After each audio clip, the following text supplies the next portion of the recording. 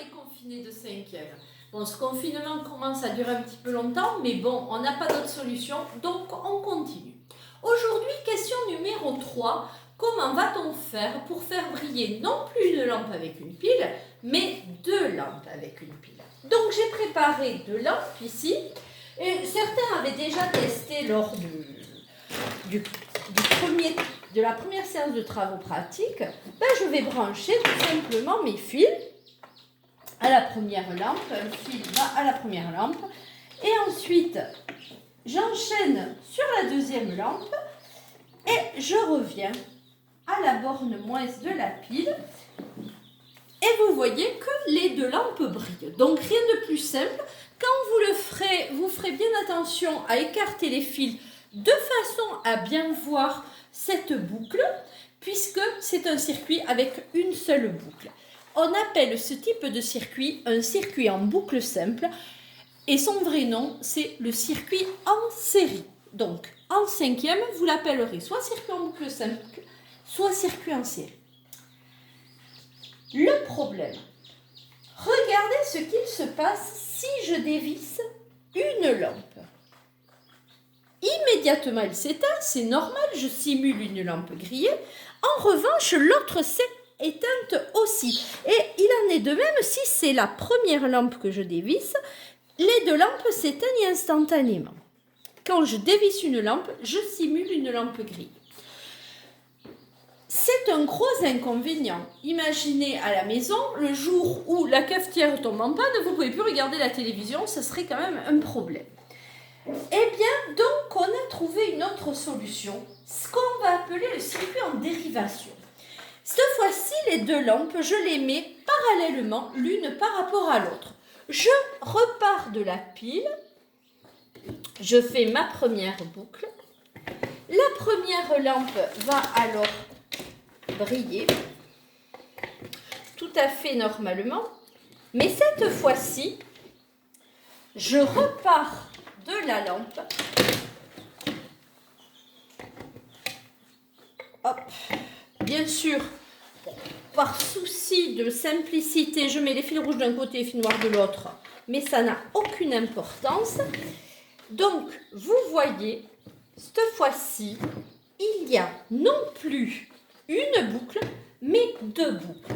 La première boucle est ici, elle relie la lampe 1 à la pile, et la deuxième boucle, elle est ici. Elle relie la pile à la lampe 2. Cette fois-ci, quand je dévisse une lampe, on peut constater que l'autre lampe continue à briller tout à fait normalement. Donc nous n'avons pas du tout le même problème que dans le circuit en série. Il en est de même si je fais pareil avec l'autre. Ensuite, il va falloir que vous sachiez schématiser ces 2 types de montage. Je répète, le circuit en série, circuit avec une seule boucle, le circuit en dérivation, circuit avec plusieurs boucles.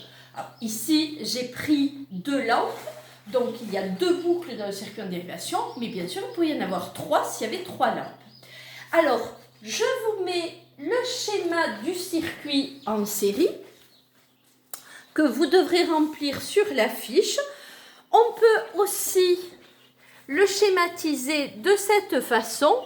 Dans le premier exemple, j'ai mis les 2 lampes côte à côte, alors que dans le deuxième schéma, j'en mets un dans chaque côté du rectangle. Je mets une lampe dans chaque côté du rectangle. En dérivation, voilà ce que ça donne. Donc, vous aurez à le faire sur votre fiche. En rouge, j'ai mis des pointillés pour représenter la boucle 1. En vert, je représente la boucle 2. Vous n'êtes pas obligé de mettre ces marques rouges et vertes. C'était juste pour vous expliquer. Autre chose à comprendre dans le circuit en série et en dérivation, regardez ce qu'il se passe quand je rajoute une 3e lampe en série. J'ai donc ouvert la boucle pour introduire la 3e lampe. Regardez la différence d'éclat quand il y a une seule lampe. Une lampe. puis 2, puis 3. C'est léger, mais quand il y a 3 lampes en série, ça brille moins, les lampes brillent moins que lorsqu'elles n'étaient que 2. Plus je rajoute de lampes en série, et moins chacune d'entre elles brille. En dérivation, maintenant, si je fais la même chose, donc je rajoute une 3e lampe en dérivation, je pars de la lampe 2, hop, et hop, cette fois-ci, l'éclat est le même, qu'elle soit 3 ou 2, ou une seule d'ailleurs. Elles sont totalement indépendantes les unes des autres dans le circuit en dérivation. Voilà, j'espère que les explications ont été assez claires aujourd'hui. Je vous invite à compléter la fiche qui va avec cette vidéo, qui s'appelle donc question 3, comment brancher 2 lampes sur une seule pile. Et je vous dis à très bientôt.